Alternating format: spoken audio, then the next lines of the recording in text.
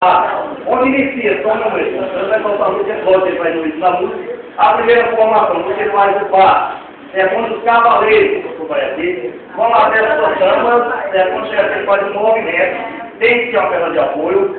uma flexibilidade, não vai ao mesmo tempo que está no seu lugar. Depois,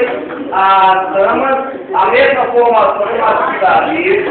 uma perna de apoio, a formação da movimentação e a flexibilidade, o homem dá flexibilidade, vamos lá, vamos voltar um pouquinho,